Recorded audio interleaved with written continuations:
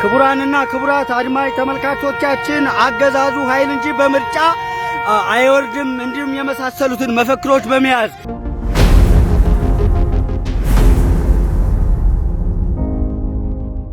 ሰላም ከመይ ትኾኑ ዝኸበርኩም ተኸታተልትና እዚ ሕርያኹም ሕርያ ፖስት እዩ ንሎሚ ናብ ዝሓርናዮም ዕለታዊ ዜናታት ሕርያ ፖስት ክንሰግር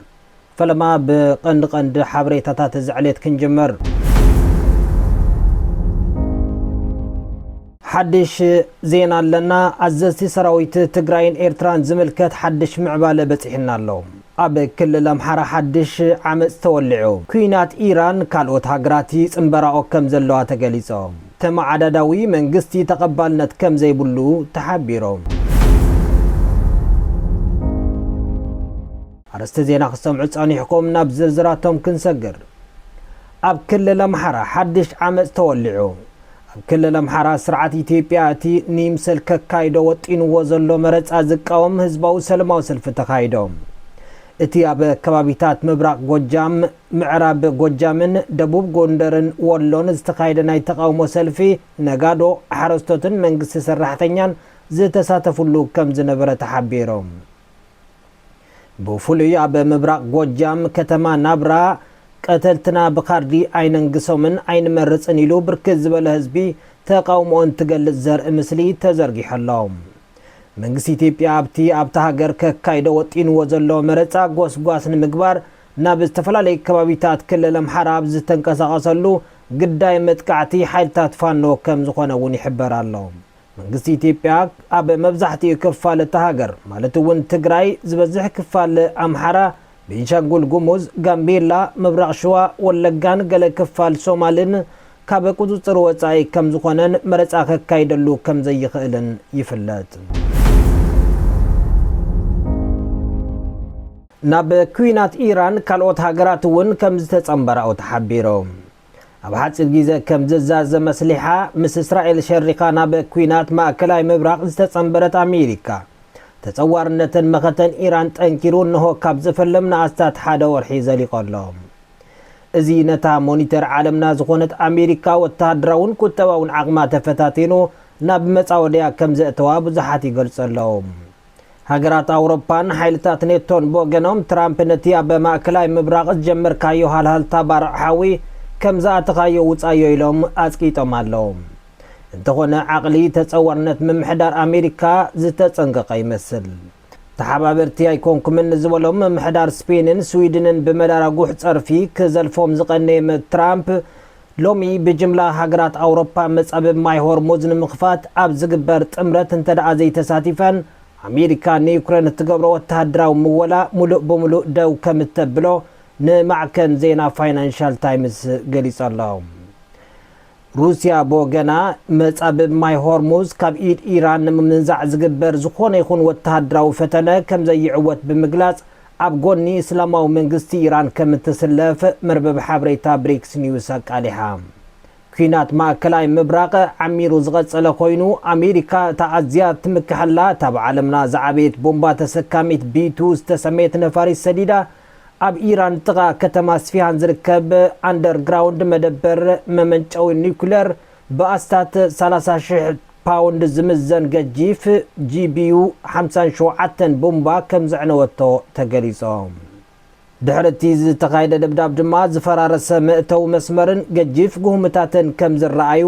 ንምስልታት ሳተላይት ብምጥቃስ ማዕከናት ዜና ይጽብጽባ ኣለዋ እዚ ከምዚ ኢሉ እንከሎ ወተሃደራዊ ወጥሪ ማእከላይ ምብራቅ ሰማይ ብዝዓረገሉ ኣሜሪካ ብሓይሊ ባሕሪ ልዑል ወተሃደራዊ ደገፍ ዝህባ 18 ተወሰኽቲ ኤ10 ዋርትዶግ ዝዓይነተ ነፈርቲ ከም ዘዋፈረት ተገሊጾም ኣሜሪካ ኣብቲ ዞባ ተመሳሳሊ 12 ነፈርቲ ኣዋፊራ ዝጸንሐት ክትከውን ከላ እዘን ናይ ሕጂ እንትውሰኻ ድማ ቁፅረን ናብ 30 ክብ ከም ዝብላ ዋሽንግተን ፖስት ጸብጺባ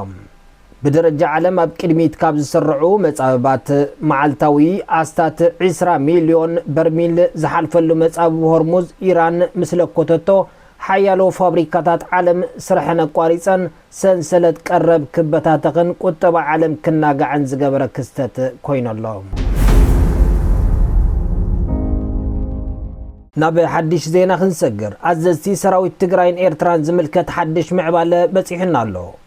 ድሕርቲ ኣብ ዝሓለፈ ኣብ ትግራይ ከተማ መቐለ ዝተኻየደ ርክብ ኣዘዝቲ ሰራዊት ትግራይን ኤርትራን ንመበል ካልኣይ ግዜ ልዕሊ ሓደ ሰሙን ዝወሰደ ርክብ ከም ዝተኻየደ ተገሊጾም ኣብቲ ሽሙ ክትጥቀስ ዘይተደለየ መሬት ኤርትራ ዝተኻየደ ሰሙናት ዝወሰደ ዘተ ነቲ ብሽም ህዝቢ ንህዝቢ ተባሂሉ ዝተጀመረ ጽምዶ ናብ ወታደራውን ፖለቲካውን ሽርክና ሓፍ ንምባል ዝዓለመ ከም ዝኾነ ተሓቢሮም ኣብቲ ርክብ ብሸነኽ ትግራይ ኣዛዚ ሓይልታት ጸጥታ ትግራይ ጀነራል ፍስሐ ማንጁስ ጀነራል ምግበይ ሃይለ ኣዛዚ ግንባር ምዕራብ ጀነራል አብርሃ ተስፋይ ድንኩል ኣዛዚ ኣርሚ 42 ጀነራል ማሾ በየነ ኣዛዚ ግንባር ሰሜናዊ ምብራቕን ካልኦትን ዘለዎም ጉጅለ ከም ዝተሳተፉ ተቃሊዖም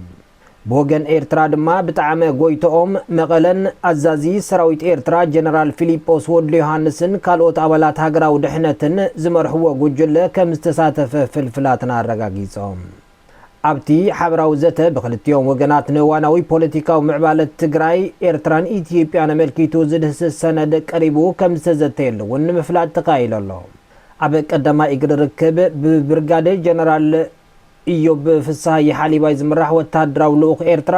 ናብ ርእሰ ከተማ ትግራይ መቐለ ገይሹ ምስ ሓላፊ ቢሮ ሰላምን ጸጥታን ትግራይ ጀነራል ፍስሐ ኪዳኑ ሓዊሱ ምስ ሓለፍቲ ውድብ ሕወሓትን ገለ ላዕለዎት ሓለፍቲ ፖለቲካ ጊዜያዊ ምምሕዳር ትግራይን ዘትዩ ከም ዝተመለሰ መርበብ ሓበሬታ ኣፍሪካን ኢንተለጀንስ ቃሊዑ ምንባር ይዝከር ብሄራውያን ውድባት ትግራይን ገለ ልሂቃን ፖለቲካ ትግራይን እቲ ብሽም ጽምዶ ምስ ስርዓት ኣስመራ ይኹን ስርዓት ኢትዮጵያ ዝግበር ርክብ ንትግራይ ህዝባን ከቢድ ዋጋ ዘኽፍል ከም ዝኾነ ስጋቶም እንዳገለጹ ከም ዝመጹ ይፍለጥ ተማዕዳዳዊ መንግስቲ ተቐባልነት ከም ዘይብሉ ተሓቢሮም ኣብ ሱዳን ካልእ ተማዕዳዳዊ መንግስቲ ንምስራት ዝግበር ጻዕሪ ተቐባልነት ከም ዘይብሉ ግብጺ ሓቢራ ኣላ ሚኒስትር ጉዳያት ወጻኢ ግብጺ ባድር ዓብድልዓጢ ምስ ፍሉይ ልኡኽ ሕቡራት ሃገራት ኣብ ሱዳን ፔካ ሃቪስቶም ኣብ ዝገበሮ ዘተ ኣብ ሱዳን ተማዕዳዳዊ መንግስቲ ንምጥያሽ ዝግበር ዝኾነ ዓይነት ፈተነ ተቐባልነት ከም ዘይብሉ ምግላጹ መርበብ ሓበሬታ ኣሕራም ኦንላይን ሓቢራ ግብጺ ግዛኣታዊ ሓድነት ሱዳን ክኽበር ኢድ ኣታውነት ሓይልታት ግዳም ከይህሉን ብጽንዓት ከም እትቃለስ እውን ገሊጻ ኣላ ሕብረት ኣፍሪካ ብወገኑ ነቲ ብጀነራል ሓምዳን ደጋሎ ዝምራሕ ብተቃውምቲ ሓይልታት ሱዳንን ዘካተተ ተማዕዳዳዊ መንግስቲ ኣፍልጦ ኣይሂቦን እየ ክብል ገሊጹ ነይሮም እቲ ሕብረት ነዚ ዝበለ ወታደራዊ ሓይሊ ጀነራል ሓምዳን ደጋሎ ዝፈጸሞ ዕልዋ መንግስቲ እዩ ሲቪላዊ ምምሕዳር ኣይኮነን ኢሉ ብምኹናን እዩ ብጀነራል ሓምዳን ደጋሎ ዝምራሕ ሓይልታት ዳዕመ ሰሪዕ ካብ መብዛሕትኡ ክፋል ሱዳን ተሳዒሩ ኣብ ውሱን ከባቢ ዝዓረደ ዋላ እኳ እንተኾነ ክልቲኦም ሓይልታት ብናይ ደገ ሓይልታት ተሓጊዞም ዘካይድዎ ዘለዉ ይዕናዊ ኩናት ንሱዳን ናብ መግምማዕ ከየምርሓ ስጋት ብዙሓት ኮይኑ ኣሎ ዝኸበርኩም ሰማዕትና ዕለታዊ ሓበሬታ ሕርያ ፖስት ነዚ ሰማዕኩሞ ይመስል ነይሩ ስለ ዝሰማዕኩምና ካብ ልቢ ነመስግን ሰላም ወሰናይ